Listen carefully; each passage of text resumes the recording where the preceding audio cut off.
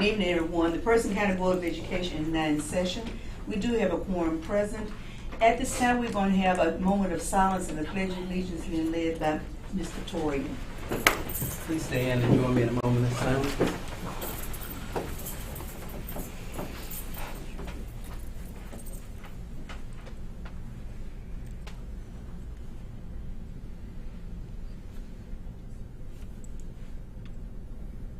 Thank you.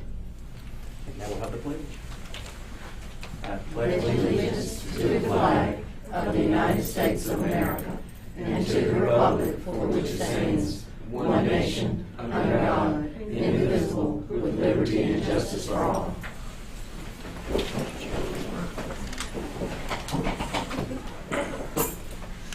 All right, the next item on the agenda this evening is public comment. And I understand we do not have anyone signed up for public comment this evening. All right, everybody had the opportunity to review the minutes of May the 12th. It was the regular meeting session. Are there any noted corrections or concerns about the minutes? All right, hearing none at this time, entertain a motion for the approval of the minutes as presented. So moved. Second. All those in favor, please vote by saying aye. Aye. Opposed by the same sign, hearing none. The minutes are approved. Next item on the agenda is next item on the agenda this evening is the agenda. Are there any adjustments this evening? Madam Chairman, if we could, if it pleases the board, I need to add under administrative reports and recommendation a date change to the June 23rd meeting. The state superintendent has called a superintendent's meeting on, I think it's the 23rd or 24th, but it's in Asheville. And I'm going to request that the board look at possibly changing it to June 30th. But if we can just add that under the administrative reports. And we can, if it needs to be an action, it has to be an action item, we can do maybe F2.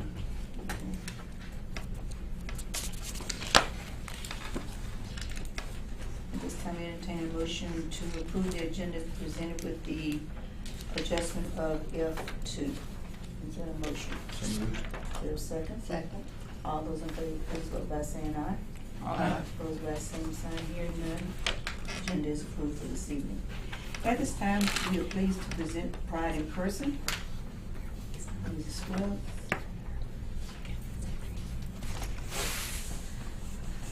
I am getting my I'm instructions over sorry. here from Ms. Scruggs. So before we start the Pride in Person, if the board would come and take your positions for our photos, and then we will get started.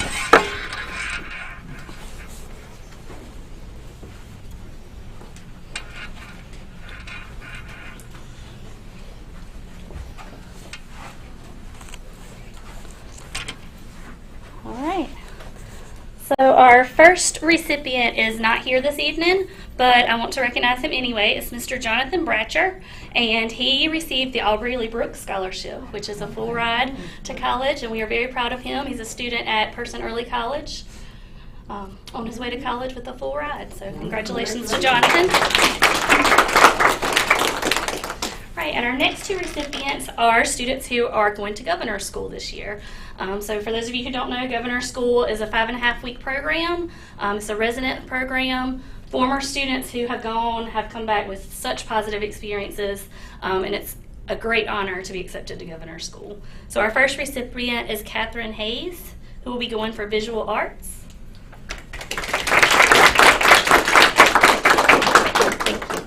And our second recipient is Thomas Long, who will be going for social studies. Congratulations. Thank you. Yeah. Congratulations.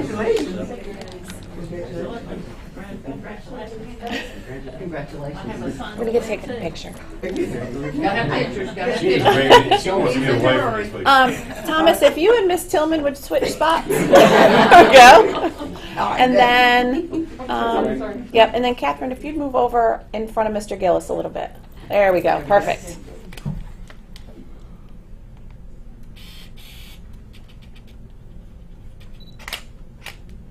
One more time.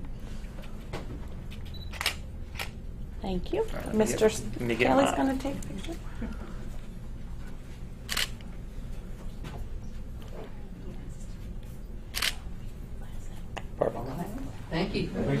Congratulations. Thank you. Trying to figure out how to do pictures with the next group. I'm not sure how we do that. Yeah. And maybe we could have some. We'll figure that out. So, Madam Chair and members of the board and Dr. Peterson, it's always a pleasure to celebrate our people in Person County Schools. We have so many just wonderful people that contribute each day to helping our students grow. And this group of people are our auxiliary people of the year. The neat thing about this group is, or this honor is that they were chosen by their peers at each site. This group, as you know, we can't say enough, but they are the backbone of the school district. Without each of them, we cannot run. So our teachers can't teach, our principals can't lead, and we just can't say enough. So from each school, we have Ms. Garla Blackwell at Helena Elementary School. Come on in. Thank you. Ms. Tracy Rogers is not here, but she represents North Elementary School. She's a teacher assistant. And Ms. Garla is an office support person and does right hand, left hand, back hand, everything. So Ms. Sophia Burton, I do not see, and she represents North End Elementary School, and she's a teacher assistant and bus driver, as well as Tracy's bus driver also. Next up from Oak Lane is Miss Jenny Oberman.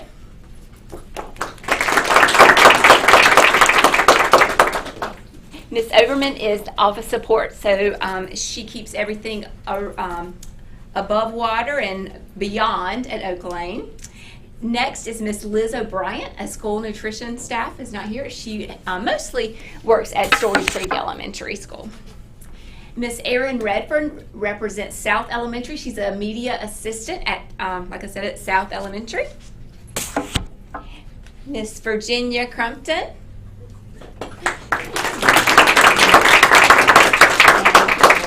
Miss Crumpton is a teacher assistant and bus driver at Woodland Elementary School. She also parks activity buses at our house. Sorry, I had to say that. Next up is Mr. Jonathan Howell. He is a media assistant at Northern Middle School.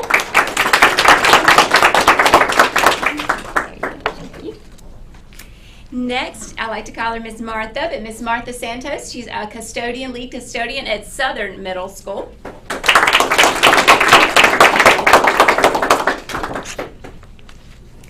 Next up from Person High School is Miss Amy Kennedy. She is office support person. And when you need Dr. Hill, you just call Amy. And next up is Miss Michaeline Schumacher from Person Early College. She is serving as a teacher assistant, but a little secret, she'll be serving as a certified teacher pretty soon too, in the upcoming months. She is in our TA to teacher program. Next up is Miss Natalia Vives from Earl Bradshaw Preschool. Miss Natalia is this year she switched roles on me.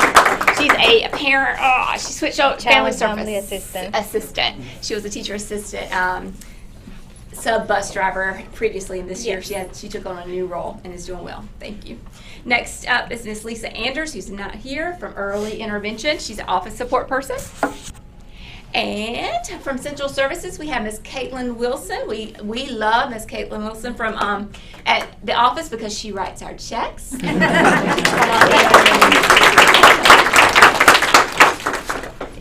And she puts up with me a lot. I appreciate that. Next is Mr. Michael Lowry. He is not here, but he represents our maintenance department. Mike Lowry. Yeah. Y'all know that movie? And last but certainly not least is Mr. Jason Branscombe from our transportation department, and we just honor you. Thank you very much. And I'm going to let Miss Tracy get figure with you this out. guys. I was gonna say good luck with that. Natalia, if you can go in that way, all the way to the end, and Virginia maybe can go all the way in. I think we can work this out. Jonathan, slide down. Right. Yep, if you two would switch, yep, I think we got it. If I can get everybody in. Oh, you're good. You're good. Okay, good.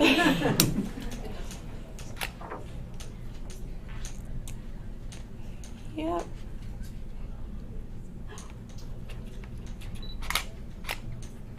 One more. Thank you. Oh, sorry. I always forget about Mr. Snow. I'm so, I get it. Okay. 1, 2, 3.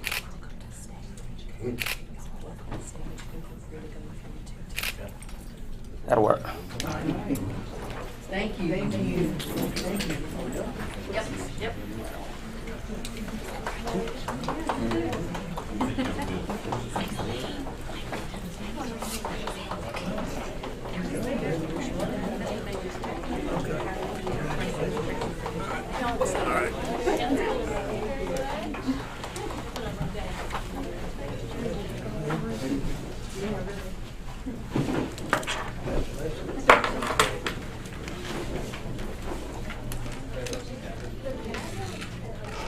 Next item on the agenda is administrative reports and recommendations. Dr. Peterson. First item I have, Madam Chairman, is our monthly face mask policy requirement as we go to Section Law 21-130, Part 10. It requires you to have a monthly face mask vote. The staff is currently recommending the continuation of the face mask optional for our parents, students, and staff. You have to vote this month because staff is still in buildings through June the 7th. And this will be it because our summer school is not technically a part of our calendar. So this will be it unless session law in the short session makes changes and we have to do it for the upcoming school year. Are there any questions, concerns? Hearing none at this time. Well, I did have one question. Can we get an update on the numbers? 3 staff, 3 this week. And students? Students are not in, we don't have any students in session that have reported any cases, so. Are there any additional questions or concerns? At this time, you entertain a motion to continue the current face mask policy for Percy County Schools buildings. Is there a motion? So moved. Is there a second? Second. All those in favor, please vote by saying aye. Aye. Opposed by the same sign. Hearing none, the motion is approved. All right, retention and records retention. Yes, thank you, Madam Chairman. We are currently, as a system, working under the 2019 General Record Schedule, and the Department of Natural and Cultural Resources manages that. In your description on your board agenda abstract, I'm not going to read it, but basically it governs all of our extracurricular programs. It encumbers academic program and curriculum and how individual schools and our school system handles public record, how it handles staff records, how it handles student records. There is an update that we need to make change to our policy because that the LPS is now a 2021 version rather than the 2019 version. I'm getting tongue-tied. So at this time, I recommend that you approve the records retention and disposition policy as it's defined by the Natural and Cultural Resources 2021 LPSU schedule. That's a lot. All right, are there any questions, concerns? At this time, entertain a motion for the approval of the records retention and disposition schedule as presented. So moved. Is there a second? Second. All those in favor, please vote by saying aye. Aye. Opposed by the same sign. Hearing none, the motion is approved. So you get, we're going, if it pleases the board, we can combine the policies number 3 and 4. Okay. We met as a policy group a couple weeks ago. Mr. Toring was present. Ms. Tillett's the other representative that gave feedback on the policies. The School Board Association had several technical corrections that we needed to put in play. And those, if you look at the policy update schedule, that would be pages 1 through 6, if I'm not mistaken. Minor changes. So these are first reads, and we're not going to ask for action. So at this time, are there any questions about any technical correction or any correction to those policies from the spring School Board Association update. Because I have the wonderful and talented Kara Akery available to answer any questions you may have.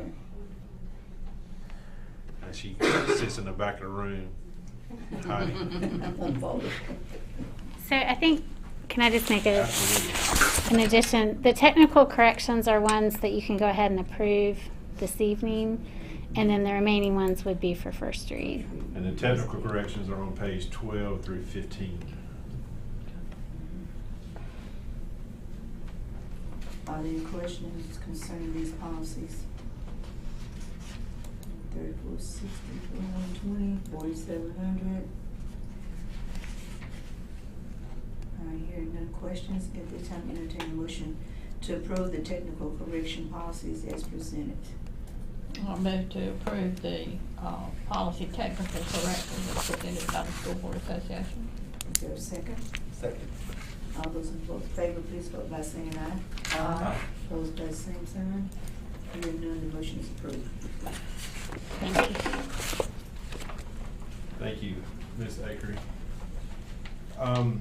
The next item, Madam Chairman, is school safety, and clearly it's been a topic of conversation for the last couple of weeks, and I'm sure it will continue to be a topic of conversation moving forward, especially as gun violence has been reported in the news about every day. I've had a wonderful meeting with the Sheriff's Department, with Sheriff Jones and the Chief Deputy. I guess it was the day after the unfortunate events in Texas. And I just wanted to applaud the Sheriff's Department in providing additional assistance during the closure of our school week to ensure that our campus were safe. I also wanted to do a shout out to the Department of Public Safety during our summer school. Not only is the Sheriff's Department going to provide additional support, but the Department of Public Safety is going to be doing check-ins throughout the school summer in all of our schools. And I appreciate our liaison in our region for reaching out and offering that assistance. And that would be through parole officers, state patrol, Department of Correction workers, and that person's supposed to be putting together a plan so that our schools are being visited quite regularly. There was and there has been requests by public and by our parents looking at the possibility of adding SROs at all of our schools, which was the second reason why we met with the Sheriff's Department.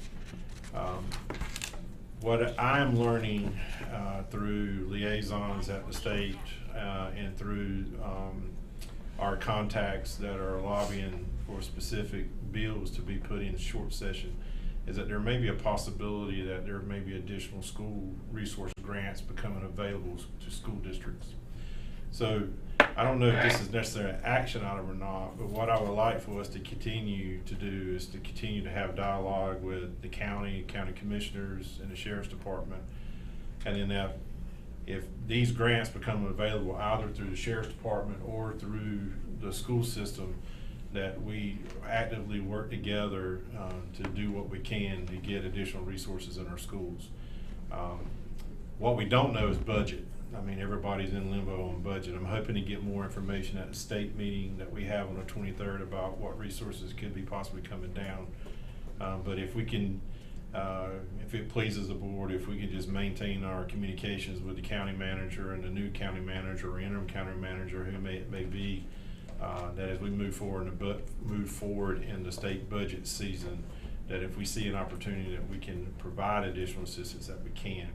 The preliminary number, if we were to put a officer in every school, would be at 6 additional officers that we would need. We currently have 6 that both us and the county and the Sheriff's Department provide. We fund 2.5, and I believe the Sheriff's Department provide 3.5.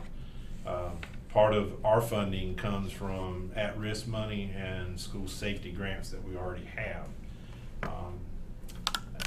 I hope that the state continues the school safety grant because there is an ending date to those. And so my comments will be at our state superintendent meeting that first and foremost they need to continue those grants. But if it pleases the board, if we can just continue to have those dialogues, and we'll work with the county commissioners and the manager to see what we can do to ensure the safety of our kids moving forward. Any questions for Dr. Peterson? I will tell you that this summer, Dr. Anthony has on his list, I'm trying to find them, that he has a section that will be meeting with principals and assistant principals specifically on the safety of schools and reiterating the protocols that we have. This county, with commissioners' approval and commissioners' help and with your foresightfulness, we're way ahead of the game as it pertains to school safety, as the call-in systems. I want to commend the county commissioners looking at the debt model and providing the school system with additional funds for safety and ADA. Part of the safety protocol that we'll be doing as we get these funds through the issuances would be having security vestibules that would be a part, and making sure that we update locks and we're updating certain glass that we have in our schools to meet the current safety standards. So but there's already a commitment on the county side to do a lot of that work already. But we are a lot better shape than some of our sister school systems for sure. So if it pleases the board, we'll continue to work on those elements to ensure the best we can the safety of our students. This is an action item, so this time you entertain a motion for the approval for to continue to have conversations with the county manager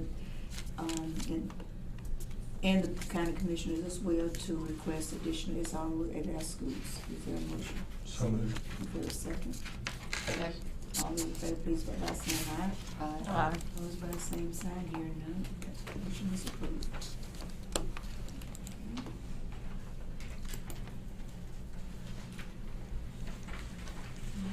Cafeteria, Dr. Anthony. Good afternoon, Madam Chair, board members, Dr. Peterson. Attached to the agenda tonight is the completed contract for our food services management company. As stated, last board meeting, Aramark was selected. The contract has been worked out. It's been approved by DPI, and it is now ready for approval. So I would recommend that we approve with, yes, ma'am. All right, any questions? At this time, you entertain a motion for the approval of the Airmark Food Services contract as presented. So moved. Second. Second. All those in favor, please vote by saying aye. Aye. Opposed by the same sign. That contract is approved. Thank you, ma'am. Have a good day. Okay, Ms. Stacy, Human Resources, next item on the agenda. Good evening. Last year brought before you a recruitment incentive for new hires, and I come before you again looking at the same. This past year we had roughly 56 vacancies, and at this time we have 36 vacancies that are certified, and then 12 non-teacher assistants. And so in looking at those and looking at the needs, would like to look at a recruitment bonus again.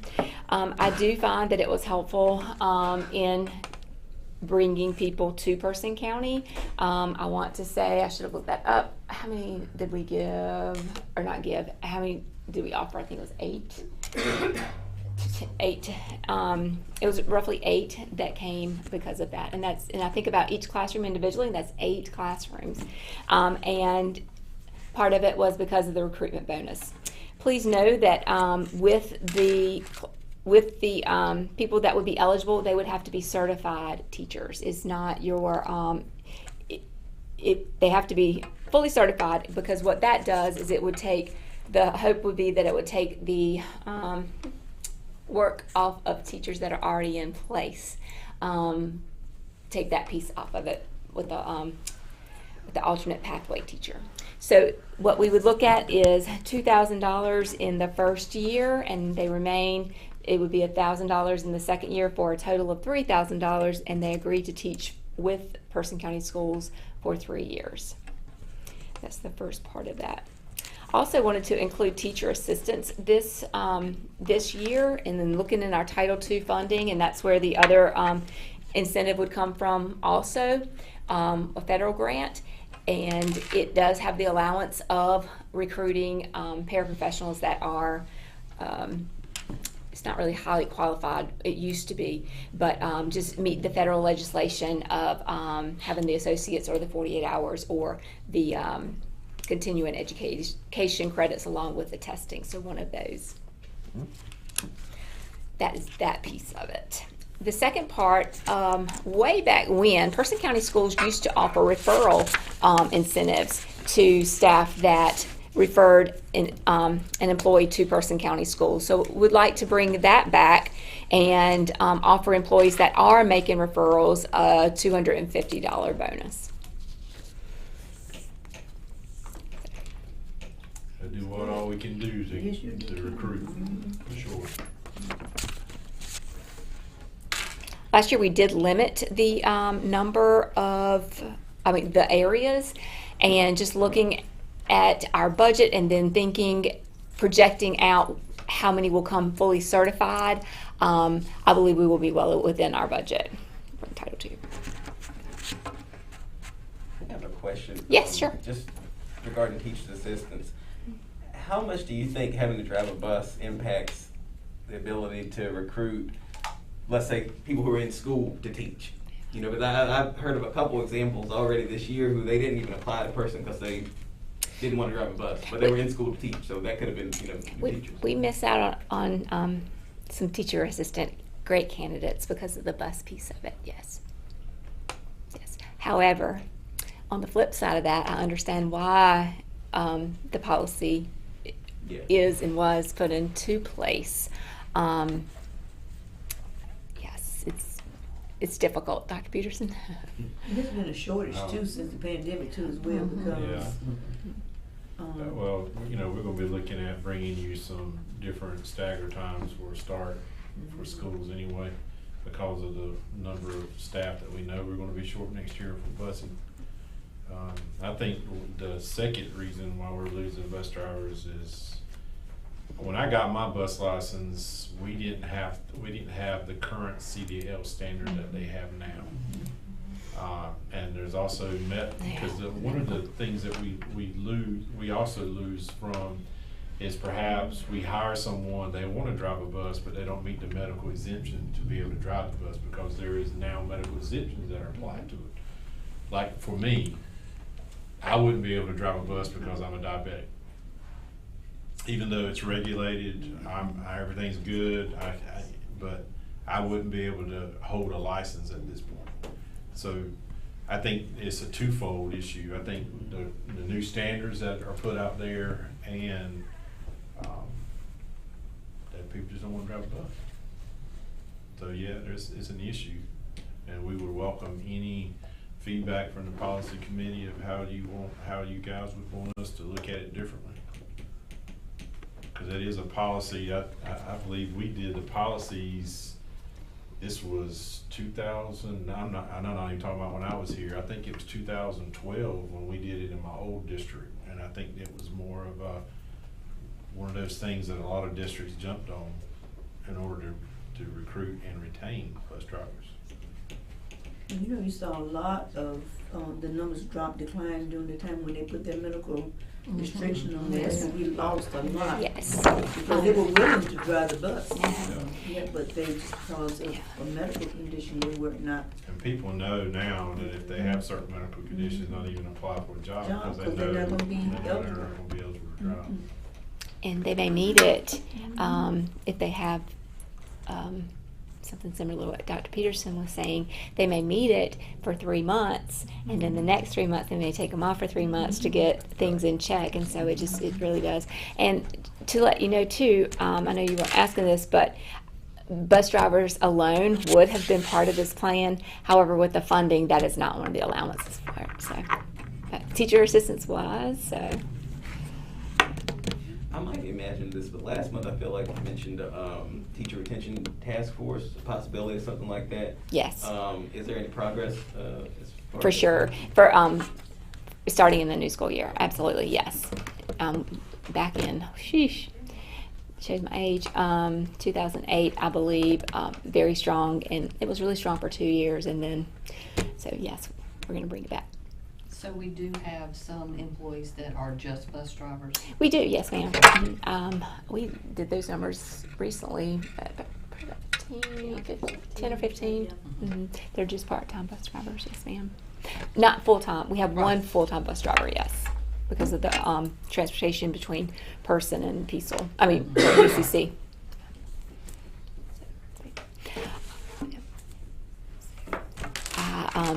We'd be glad to answer any questions, and with us being right smack dab in the hiring season, would love for have feedback and to see if we can move ahead with this.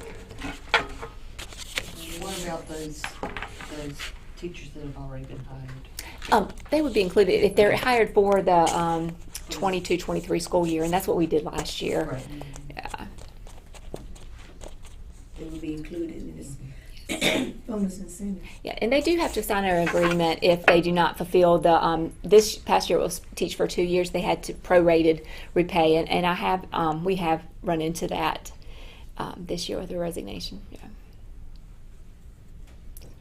Did you not say that the referrals, is that in a certain area like math, science, or it doesn't matter? We can add that,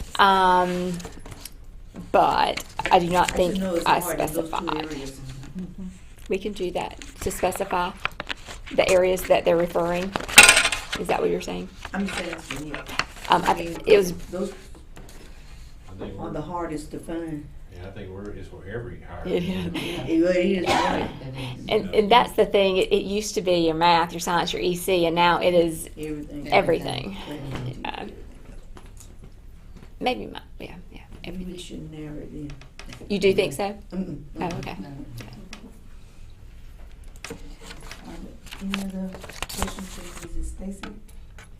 If not, I entertain a motion for approval of the recruiting and the referral incentive as presented.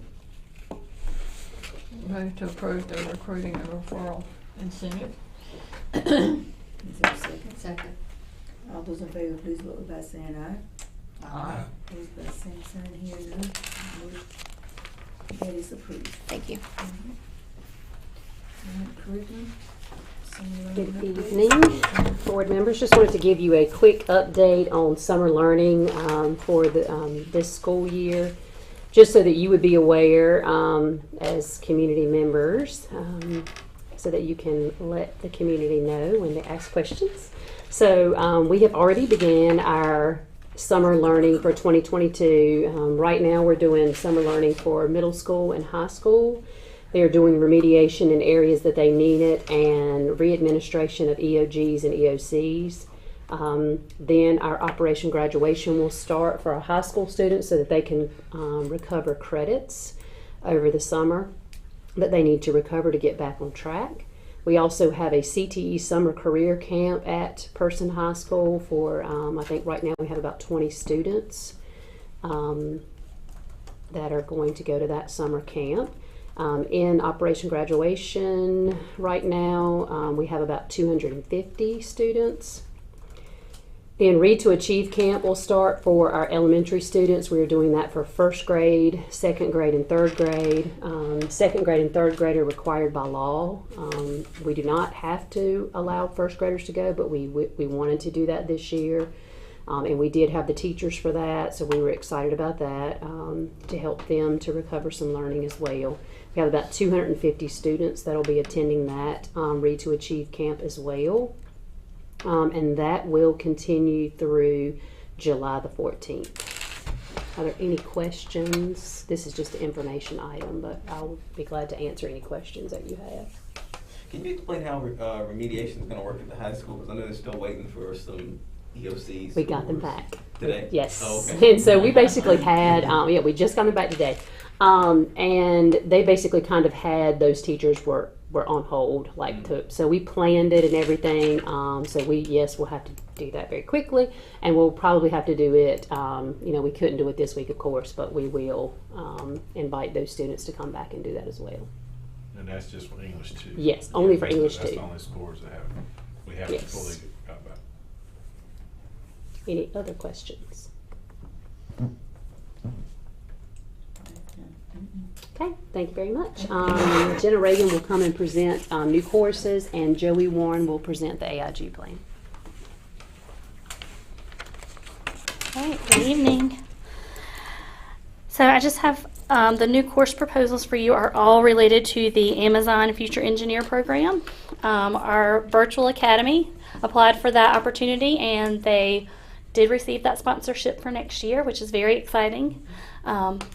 So the focus here is on STEM and computer science. So the AP courses, are already approved. They're just there for information, and then the 3 additional computer science courses need approval. Everything that I attached that's provided was provided to us from the program.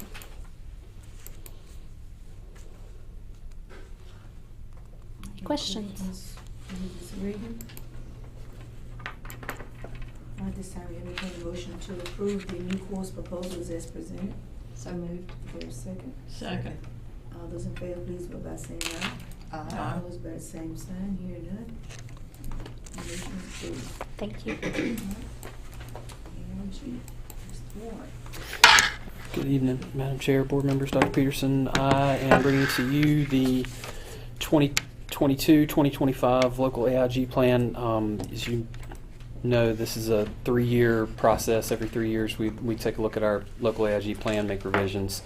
I've attached for you the plan itself and then also a revision overview, just so I can quickly talk a little bit about the process that we went through, and then just some of the major revisions that we have to our plan this year. We did our revision plan activities have been ongoing all school year. We review the current plan and gather feedback from key stakeholders, including plan strengths and areas for improvement from the AIG team, AIG advisory group, surveys to our AIG parents, surveys to instructional staff, and also in feedback from PCS school and district administrators. And then we take all that feedback, prioritize it, and also just any previous feedback that we had gotten from NCDPI on previous plans, and review those key data points together as an AIG team, and then engage in the revisions. And the AIG plan is made up of 6 standards. Standard 1 for student identification.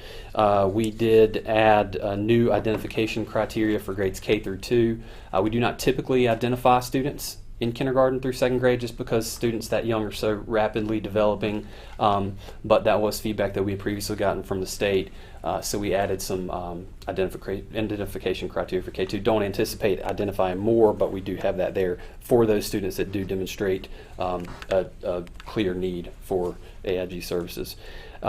We also just wanted to clear up our AIG referral procedures, and then also add additional efforts for the identification of underrepresented populations. That comes up in multiple areas in our plan. This concept of equity and excellence, which is a big push from the state. That was a lot of discussion with the state AIG team on that this year. Standard 2 is comprehensive programming within the total school environment. We included increased collaboration between school counselors and our AIG team to better meet the social and emotional needs of our AIG students. Increased efforts for talent development in grades K through 1, and stronger alignment to the Person County School Strategic Plan.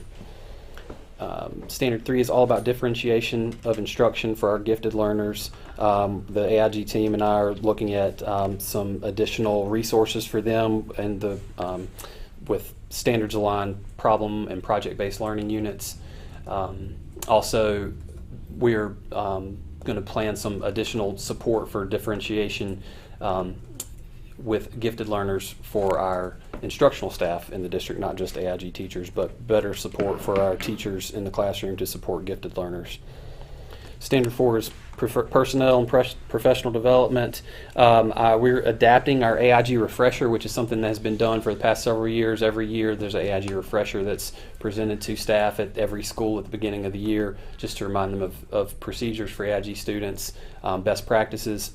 We're going to be including a little bit more excuse me, we're going to be differentiating those for different staff members this moving forward, though. So the AIG refresher that counselors get will be a little bit more adapted to supporting the social emotional needs.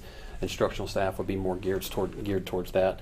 And then also incorporating a best practices and differentiation for AIG students provided to PCS instructional staff every year. Standard 5 is partnerships, and so we are going to, I believe this was a practice years ago, but we're going to bring this, the quarterly AIG newsletter back to all stakeholders, not just to AIG parents, but to all stakeholders, so everybody's aware of procedures and the opportunities for gifted students, and also just to promote the program. And then increase efforts to partnership with AIG parents, and increase efforts to partnership with local businesses. And then the last standard is program accountability. We just took a look at some of our procedures for annual program evaluation and wanted to increase those. So we're taking a look at our program every year as opposed to just every 3 years, and then also increasing the communication of key data points with all of our stakeholders. Again, those are the major revisions. I'm certainly happy to answer any questions if you have any. But again, this is presented to you for your approval this evening. I did have one question about Standard 1. How much effort is put into identifying students who transfer in from another district who weren't identified before? So, would these be students? If there's certainly anything in the students' records that would indicate that that this student may be gifted with his test scores, that's a part of taking the review process for those records. There is I believe it is in the plan. Make sure I take a look at that. We did delineate that specific. I think it's actually in standard. You have to give me a second to remember where I put it. It is a part of the just standard protocol. When we review records, we want to take a look at any of those, and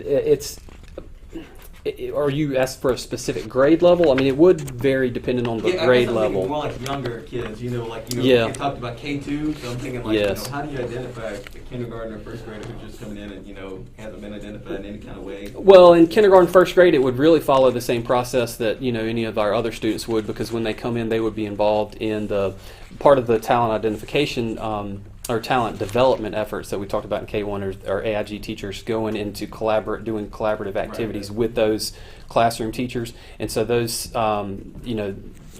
as they're doing that, the AIG teachers are going to be in there kind of taking anecdotal notes, observing and having collaboration, conversations with the classroom teacher. So that would, if a student comes in and demonstrates characteristics, that would lead to, that identification. But other than, looking at the specific records that we get as far as any assessments that have been done, any notes from previous teachers, that kind of thing, we would, take a look at that for those students. Any questions for Ms. Moore? At this time, there's a motion for the approval of the 2022-2025 local AIG plan is presented. Move to approve the 22-25 local AIG plan as presented. Second. All those in favor, please vote by saying aye. Aye. Opposed by the same sign, here none. The motion is approved. Thank you. Ms. Ness? Last one tonight. Good evening. I have several items on the agenda today. The first item is the interim budget resolution. We do this interim resolution every year. It just allows us to continue paying normal operational expenses and salaries until a budget is adopted. We are hoping that it will be a short budget season, and in August I'll be able to bring you a budget. But if that doesn't happen, and in the month of July we still need to make our normal ordinary expense payments, and so this is authorization for us to do that, and I will need an approval on that. Okay. Entertain a motion, or any questions first about the interim budget resolution as presented? If not, entertain a motion for the approval. Move to approve the interim budget resolution. Is there a second? Second. All those in favor, please vote by saying aye. Aye. Opposed by the same sign, motion carried. Student fees. Yes, and another annual approval. These are student fees. We try to hold them at a minimum. Any fees that are imposed that will be waived or reduced for students who demonstrate economic hardship. And where the proposed fees for the same activity vary at certain sites like parking, etc., superintendent recommends the board waive policy 4600's requirement to impose consistent fees across the sites because of unique needs. So while we try at our best to keep these equitable, there are some instances where the fees may differ. Parking is one. Parking at Peaceville versus parking at the high school is a different fee because at the high school we do actually have a parking officer monitor of the parking lot. So Yeah, PCC pays for their person. Yeah. Parking So, staff. most of these fees are the same as last year. We've had a few slight changes.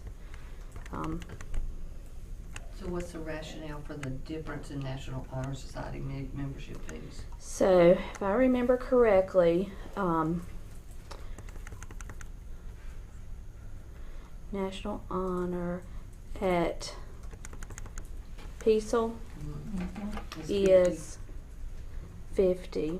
And the high school is 60. If I remember correctly, And the virtual school is 60. the National Honor Society is, one of them pays it, well, that is interesting. One of them only pays it one time. And I believe that's the high school. I'll have to follow up on that one.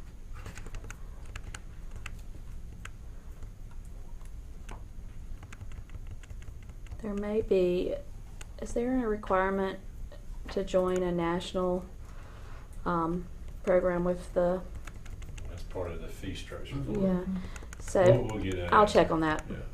I just noticed that theirs was changed. And then the cheerleading and drill team fees seem particularly high. What is that? So the Incorporate. drill team goes, this is high school, both of them go to camp. Okay. So I think that's where a Gotcha. large And cost they for that also is. are paying for their uniforms Yeah. through fundraising, and what the difference between the fundraising is usually put through here.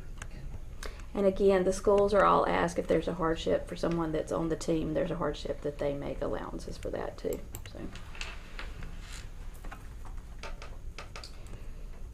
So I have a question about the Men of Valor, the membership fee, because there's a similar one at Southern Middle School.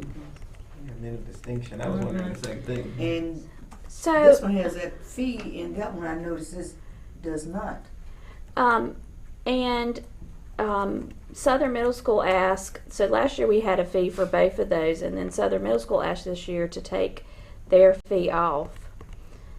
And it may be that they do the fundraising. I know Southern Middle Southern. School does an enormous amount of fundraising They for do. With that program. So you think that's free? I'm pretty confident that's what that is. Okay. Because they, as a matter of fact, they're getting ready to go to Atlanta Mhm. as part of their group, and I know that they do covered dish, and I know they do chicken and all that stuff. And I'm not quite sure that Northern Middle School does okay. all that. And are there cheerleaders at Northern? There is not a fee on here, so if they are, they may have uniforms that they use So and the pass down. cheerleading fee at Southern is per cheerleader? Yes. Okay. Just, and all the others like drill team, well, drill That's- team wouldn't be. That's per, Yes, it would. It'd be per Yes, it would. member. Okay. Oh, okay. So Ms. Reagan just verified that the National Honor Society fee at Person Mhm. is $50. 50 a person. 50. It's Okay. paid one time, and then their dues are $300.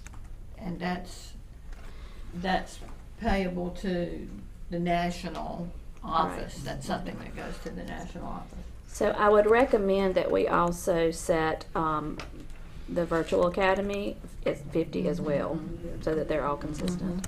And I will let them know that. I can't imagine that would be different Right. since it's all the same membership.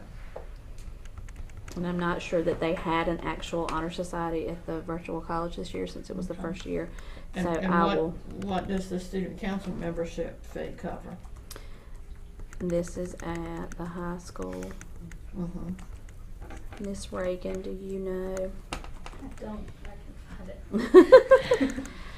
There is a state student council association, but if this is $40 per member of the student council, that's a whole lot more than what the dues is for the state association.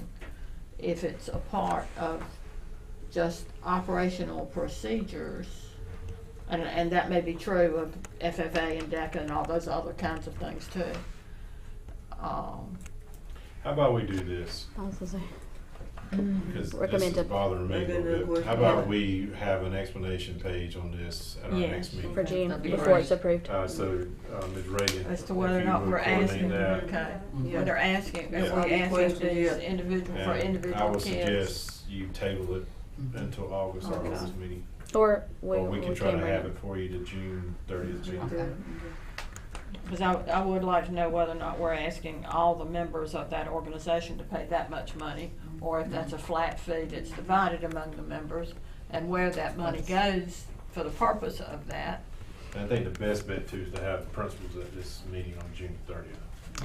Okay. Give further explanation. Are there other items that you want us on here to investigate while we're? But what I'm gonna ask for I staff to think do. probably all of it, There an needs to be explanation. an explanation for every fee. Right. Like, what does, I think I know, for example, the PESOL freshman, sophomore, super senior, I think I know what those are. Right. But I'd That's still usually- like to that's see a usually full their shirts. explanation, Mhm. yeah, for everything. We'll take care of it. Yeah, okay, thank you. All right, it's time, we will table this item to the next meeting, the next June meeting, June 30th. All right. Surplus property. There is a policy, 6560, that allows the superintendent to dispose of property worth less than $30,000. We just have to bring you a report twice a year. So we've had two sets of items. We had some TI 83 graphing calculators that were sold to Oxford Preparatory for $1,800, and we had Ms. Tilly gave me the eyes. We'll get rid of those The things. science teacher's coming out in her. Why'd you get rid of those? We have newer We ones. got newer Okay. versions. All right, feels better now. Be sure. right. One time we were short on calculators, and Lenovo Chromebooks. When we updated the elementary Chromebooks, these are actually, I mean, obviously they're 4 and 5 years old. So the Vantage Point purchased those for $2,600. So both of those amounts were put back into. So the Chromebooks were put back into the technology budget, and the TI, the calculators were put back into the middle school calculator, science, math materials budget. So that's just information. Yeah, that's just FYI. There you go. Yeah, science teacher come out now. And the last one is we brought to you before a request for Head Start funds, I think 2 months ago. And so part of the money that was requested was items for grant year 1. So we had to revise the request, and this is revised to $120.37 to be carried forward in the Head Start budget for this year. And so we just need approval for that, to carry forward those funds. Any questions, concerns about the Head Start carryover request? Hearing none, at the time, you entertain a motion Move to approve Head Start carryover request. Is there a second? Second. All those in favor, please vote by saying aye. Aye. All opposed? Hearing none, the request is approved. All right. At this time, Madam Chairman, I recommend the board go into closed session to reserve the attorney-client privilege and consider personnel information and student information pursuant to general statute. Is there a motion to move to closed session? So moved. Second? Second. All those in favor, please vote by saying aye. Aye. Vote by saying aye. We will go to closed session. Is there a motion? So moved. Is there a second? Second. All those in favor, please vote by saying aye. Aye. Opposed by the same sign. Hearing none, the meeting date has been approved. At this time, we entertain a motion to adjourn. So moved. Is there a second? Second. All those in favor, please vote by saying aye. Aye. Opposed by the same sign. Hearing none, this meeting is adjourned.